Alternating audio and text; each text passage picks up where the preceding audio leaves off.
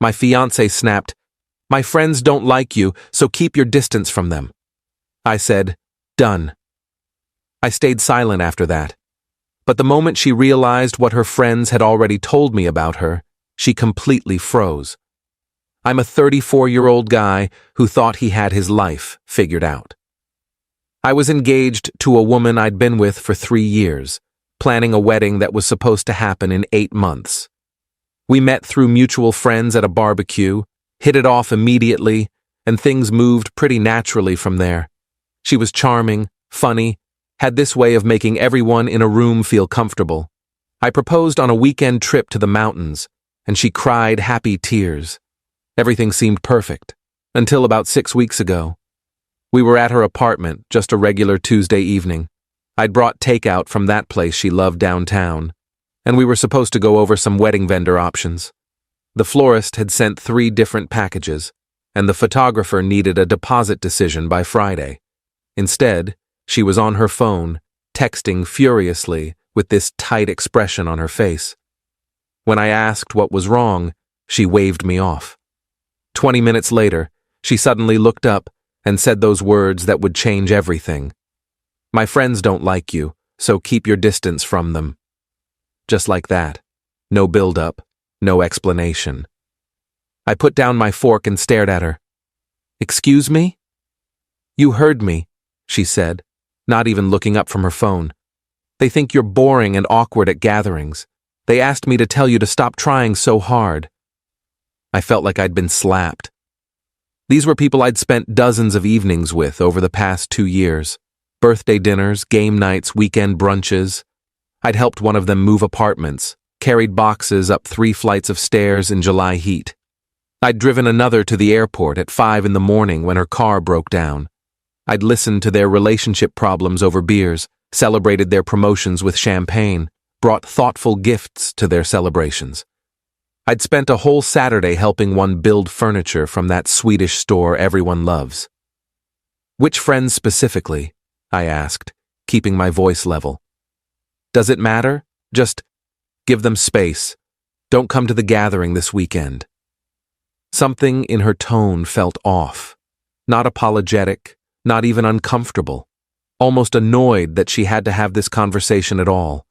Like I was a burden she was finally addressing. She kept glancing at her phone like she wanted this over with. "Okay," I said. "Done." She blinked, clearly expecting more pushback. "Done?" "Yeah, I'll keep my distance, no problem." I finished my food in silence, helped clean up like I always did, and left earlier than usual. She seemed relieved, almost happy that I'd accepted it so easily. She kissed me at the door like nothing had happened, told me she'd call me tomorrow, said something about being busy with work stuff. Here's what she didn't know. 2 of her closest friends had already reached out to me, 3 weeks earlier. It started with her friend from college, the one she'd known for 12 years. They'd been roommates junior year, stood in each other's weddings. Well, her friend's wedding anyway. She messaged me on a random Thursday afternoon asking if we could grab coffee, just the 2 of us. Said she needed to talk to me about something important. I figured maybe she wanted help planning a surprise for my fiancé or something. Maybe advice on a gift. Her birthday was coming up in 2 months. We met at a cafe halfway between our places. She looked nervous, kept stirring her coffee without drinking it. Her hands were shaking slightly. She'd ordered a muffin but hadn't touched it. "I need to tell you something, and I'm probably breaking girl code by doing this, but I can't watch you walk into this marriage blind," she said. My stomach dropped. The way she said it, the look in her eyes, I knew it was bad. "She's been cheating on you for at least 5 months, maybe longer." I sat there, completely numb. The cafe noise faded into background static. She pulled out her phone and showed me screenshots. Messages between my fiancé and some guy she'd reconnected with from her hometown. Flirty at first, then explicit. Plans to meet up. Photos I definitely wasn't supposed to see. The timestamps went back to March. Late March, to be exact, right after we'd booked our wedding venue. "How did you get these?" I asked, my voice barely above a whisper. "She left her iPad at my place after our girls' night last month. It was synced to her phone. The messages just kept popping up while I was trying to find her contact info to tell her she forgot it. I wasn't snooping, but once I saw what they were saying, she trailed off, tears in her eyes. "I'm so sorry. I thought you deserved to know. I debated for 2 weeks whether to tell you. I talked to my husband about it, and he said if he were in your position, he'd want to know." I asked her not to tell my fiancé we'd talked. I needed time to process, to figure out what to do. She agreed, but said she wasn't the only one who knew. Apparently, my fiancé had been confiding in another friend about this guy, calling it her escape plan in case the wedding stress got too real, talking about him like he was her safety net, her excitement, her secret adventure, like I was the obligation and he was the fun. That friend thought it was all fun and games until she realized my fiancé was actually serious about keeping this guy on the side, even after marriage. She'd joked about keeping him as her just-in-case option. That second friend reached out to me 2 days later. Same story, different details, more screenshots, more evidence. She apologized for not coming forward sooner, said she thought it was just cold feet and would blow over. She said my fiancé had been complaining about our relationship for months, saying she felt trapped and suffocated, which was news to me because she'd never expressed any of this to my face. To me, she was all smiles and wedding plans and talking about what kind of house we'd buy. I spent those 3 weeks feeling like I was living in a simulation. Every kiss felt like a lie. Every "I love you" made my skin crawl. But I kept my composure because I needed to understand the full scope of what I was dealing with. I needed to be smart about this, not emotional. So when my fiancé told me her friends didn't like me, I knew exactly what was happening. She was trying to isolate me from the people who knew the truth, create distance so they couldn't accidentally let something slip. She was building walls, controlling the narrative, making sure I stayed in the dark just long enough to lock me into marriage. She probably figured once we were married, it would be harder for me to leave, more complicated, more expensive. I played it cool. For 2 weeks after that conversation, I acted completely normal. Went to work at my regular hours, came home, texted her sweet messages throughout the day, talked about wedding plans like nothing was wrong. We discussed honeymoon destinations. She wanted beaches, I suggested mountains. We compromised on somewhere with both. She showed me bridesmaid dress options in various shades of blue. I pretended to care about flower arrangements, nodded along when she talked about roses versus peonies. Meanwhile, I was documenting everything. I hired a private investigator, a woman who came highly recommended by a divorce attorney friend. Not because I needed more proof, but because I wanted a complete picture. Dates, locations, frequency, everything. I needed to know if this was ongoing or if it had ended. I needed facts, not just screenshots that could be explained away. The investigator came back with a folder that made me physically sick. Hotels across town, always mid-range places where no one we knew would randomly show up. His apartment, which was apparently 20 minutes from her office, convenient for lunch breaks. Even my place, twice, when I was out of town for work conferences. My own damn apartment. In my bed. The investigator had timestamps from my building's security footage showing her bringing him in. That detail haunted me for days. I couldn't sleep in that bed anymore. The investigator included photos. Nothing explicit, but enough. Her car parked outside his building overnight. The two of them having dinner at restaurants in neighborhoods where we'd never been together. Him kissing her goodbye in a parking garage. The timestamps showed this was still happening, as recently as 5 days ago. The day before, she told me her friends didn't like me. I also quietly contacted our wedding vendors, explained the situation to the ones I'd personally paid deposits to, the venue, the photographer, the DJ. The venue coordinator was incredibly understanding, said she'd seen this before more times than she could count. Most were willing to refund or transfer credits. I moved my stuff out of her apartment slowly, just a few things at a time so she wouldn't notice. A box of books here, some winter clothes there, my good cookware, my grandmother's quilt that had been on her couch, redirected my mail to my parents' address, changed my passwords on every shared account, streaming services, grocery delivery, everything. I opened a new bank account she didn't know about and started moving my money over gradually. Canceled my name from the lease renewal she'd been planning for us to sign next month. Then I waited for the right moment.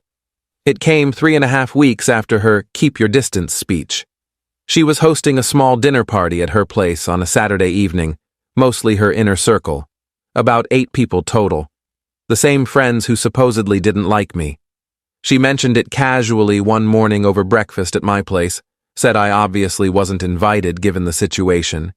She was eating toast, scrolling through her phone like it was nothing. "Actually," I said, "I think I should come." She looked panicked. Her coffee cup froze halfway to her mouth. Toast crumbs on her lip. "I told you they don't want you there." "Funny thing about that," I said, watching her face carefully. "2 of them specifically asked me to come, said they missed me, said it's been weird that you've been keeping us apart." Her face went white, completely drained of color. "They asked about me?" "Yeah, multiple times. They think it's strange that I haven't been around, almost like you've been lying to them too." She stammered something about mixed signals and misunderstandings, started backtracking, saying maybe she'd misunderstood what they meant. I just smiled and sipped my coffee. I showed up that Saturday evening with a folder and a bottle of wine, expensive stuff, the kind she always said was wasted on her friends. When I walked in, her 2 friends who'd told me the truth immediately relaxed. They'd been dreading this evening, expecting awkwardness, probably wondering if I'd gotten their messages. The others looked confused, glancing between me and my fiancé, sensing tension but not understanding it. My fiancé looked like she might throw up. She was pale, gripping her wine glass so hard I thought it might shatter. "Thanks for having me," I said pleasantly, setting the wine down on her kitchen counter. "I know there's been some tension, so I thought we should clear the air." Everyone was watching now. The room had gone quiet. Someone had been telling a story about work, but they'd stopped mid-sentence. I opened the folder, laid out printed screenshots on the coffee table one by one, messages, photos, the investigator's timeline, complete with dates and locations, hotel receipts I'd pulled from her email account that she'd forgotten to delete, probably thinking I'd never check, credit card statements I'd gotten copies of from our joint account before I removed myself from it.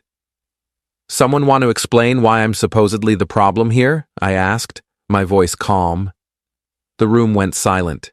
You could hear people breathing. Someone's phone buzzed on the table, but nobody moved. One friend covered her mouth with both hands.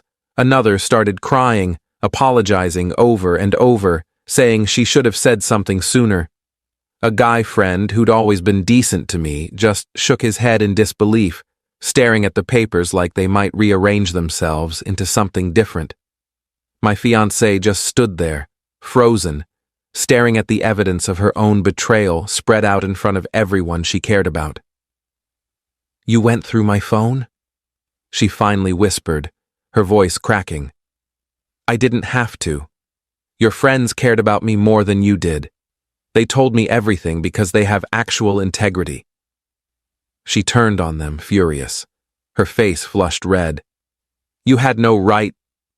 "They had every right," I cut her off. "You were planning to marry me while screwing someone else, in my apartment, using money from our joint account to pay for hotels. You want to see the charges? I've got them all highlighted. That last part I'd discovered 3 days ago while going through statements. Small charges I'd never noticed, always under $50, always labeled vaguely. Parking fees near his neighborhood, dinners at restaurants we'd never been to together, coffee shops I'd never heard of, wine bars in parts of town where she claimed to be working late. It added up to hundreds of dollars over 5 months. My money, our money, funding her affair. "You told me your friends didn't like me, so I'd stay away from the only people who might tell me the truth," I continued, standing now. "You isolated me on purpose. You manipulated everyone in this room. You made them think I was the problem, so they wouldn't question why you were keeping me away." "It's not what it looks like," she tried, her voice desperate now. Tears starting. It's exactly what it looks like. And honestly, I don't even care about him.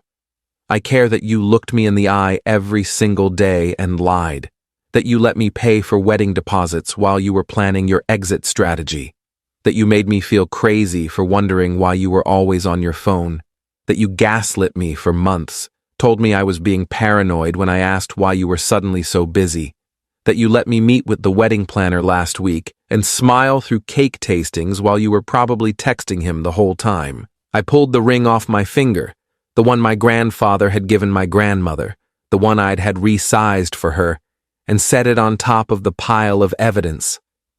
The sound of it hitting the table echoed in the silent room. We're done. I'll send you the cancellation fees for the vendors I'm backing out of. You can explain to your family why the wedding's off. You can tell them whatever story you want, but everyone here knows the truth now. I'm sure it'll spread. One of her friends spoke up then. We're so sorry. We should have told you sooner. You told me when it mattered, I said. Thank you for that. I walked out. Didn't look back. Behind me, I heard her start to cry, heard her friends starting to talk all at once, heard someone say, "How could you do this to him?" Another voice, male, said something about being disgusted. I closed the door on all of it.